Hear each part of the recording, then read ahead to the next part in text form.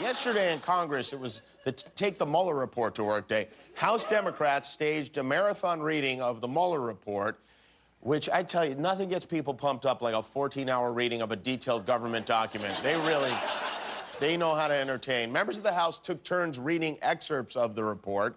Most of it was pretty dry, but the highlight of a long day came from Pennsylvania Rep. Mary Kay Scanlon, who was lucky enough to score the best part of the whole thing. When Sessions told the president that a special counsel had been appointed, the president slumped back in his chair and said, and I quote, "Oh my God, this is terrible. This is the end of my presidency. I'm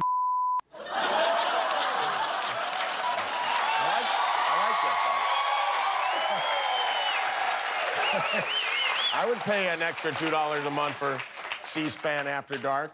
President Trump he must have woke up on the wrong side of the tanning bed this morning, because yesterday he complained that conservative voices are being silenced on Twitter, and today he showed us why. At 7:11 a.m. he wrote, "My campaign for president was conclusively spied on. Nothing like this has ever happened in American politics." He's right on that. Really bad situation. Treason means long jail sentences, and this was treason.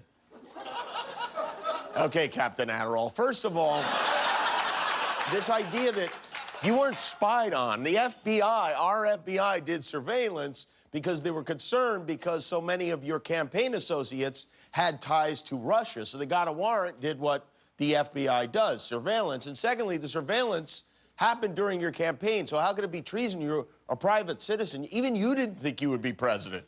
He loves to say that there was a plot to prevent him from becoming president, which, who would have bothered plotting that? Nobody thought he had a chance. It'd be like plotting to make sure Papa John's didn't take home the world's best pizza cup. It's not something that was on anyone's mind. We may have to put padding on the walls of the Oval Office, but he was able to calm down enough to speak to the National Association of Realtors today, where he took time to attack our former California governor, Jerry Brown, and to remind those real estate agents that only he can prevent forest fires. Talking about forests. Clean up your forests. You won't have forest fires. Clean them up. He blames it on global warming. I said, no, try cleaning the floor of the forest a little bit so you don't have 4 feet of leaves and broken trees that have sit there for 25 years. Try cleaning the floor of the forest. Just clean the farm.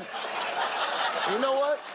Mop the bottom of the ocean, too, while you're at it. It's all kinds of crap down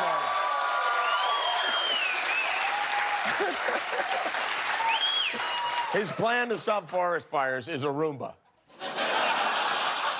In other nonsensical news, a day after the president released his financial statements, he posted his first golf score of the year. This is an official post from the USGA website where Trump claims he shot a 68, which is, there's no way that happened. I hear the golfers scoffing. To put that in perspective, the final round of the Masters, Tiger Woods shot a 70, and he won, okay?